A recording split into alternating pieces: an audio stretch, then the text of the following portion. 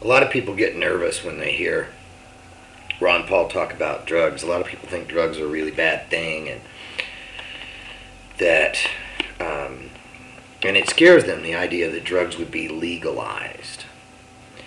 Well, if he was given more than a 30-second soundbite to explain his position, you'd find out he's not actually legalizing them. What he's doing is he's restricting the federal government to its proper role in the matter. In actual fact, there have been two pieces of legislation which have been effectively manipulated to create the drug war. The Harrison Narcotic Act of 1914 and the Marijuana Tax Act of 1937. Now, neither one of these were a direct prohibition of any drug.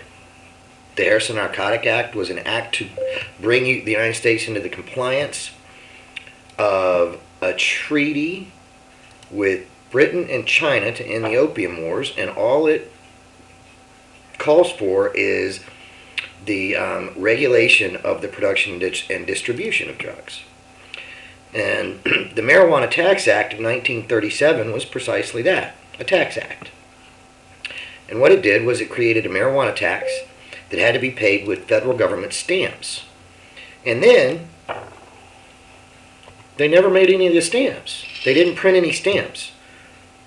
So, nobody could buy or sell hemp, which was renamed for the purpose of this act marijuana, which is the Mexican word for the flower on the hemp plant. Nobody could buy or sell hemp anymore because nobody had paid their appropriate federal taxes.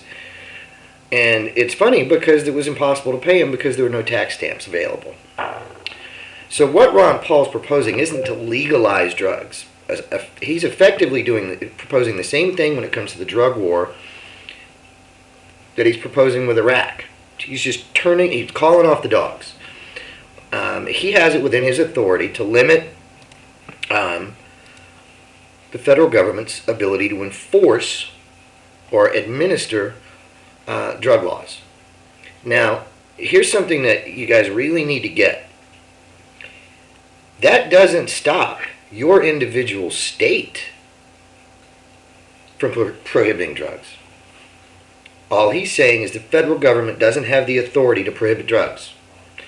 Now, as a philosophical issue, he doesn't think drugs should be prohibited anywhere. But the federal government doesn't have the power to tell the states that they must legalize drugs. So he's turning power back over to the states again, which is really consistent with what he's always said that he thinks the federal government should do. So calm down, everybody. It's not that big of a deal.